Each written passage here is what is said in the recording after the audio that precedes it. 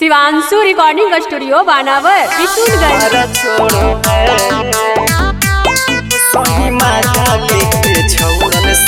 Mix by Manish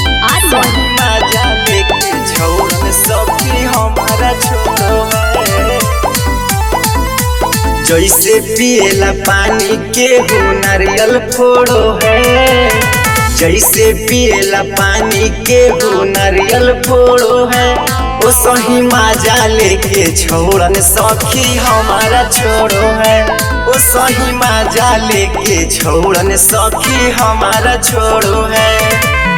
जैसे के हो नींबुआ से रस निचोड़ो है, जैसे के हो नींबुआ से रस निचोड़ो है, ओ सही मजा लेके छोड़न सखी हमारा छोड़ो है, ओ सही मजा लेके छोड़न सखी हमारा छोड़ो है,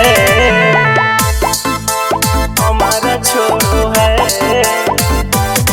सही मजा लेके छोड़न सखी म्यूजिक बाय सही मजा लेके छोड़न सखी हमारा छोड़ो है, हमारा छोड़ो है।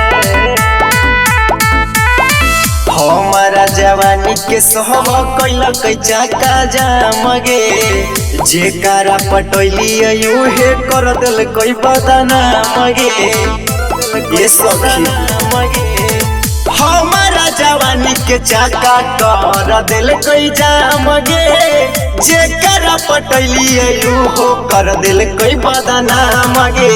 जैसे केहू मुँह देखी के शीशा फोड़ो है, जैसे केहू मुँह देखी के शीशा फोड़ो है, ओ सही मजा लेके छोड़न सखी हमारा छोड़ो है, ओ सही मजा लेके छोड़न सखी हमारा छोड़ो है,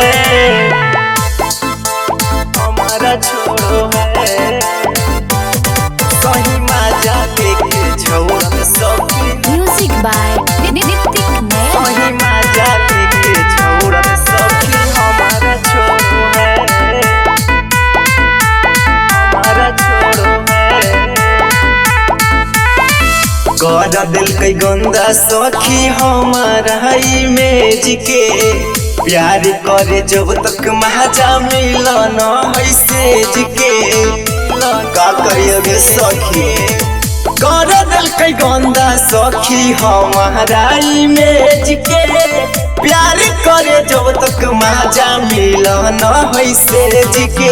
प्रेमी रजनी से टाइगर देखी के मुहामा मोड़ो है, अरे मनीषावा देखी के हमर मुहामा मोड़ो है, ओ सही मजा लेके छोड़न सखी हमारा छोड़ो है, ओ सही मजा लेके छोड़न सखी हमारा छोड़ो है।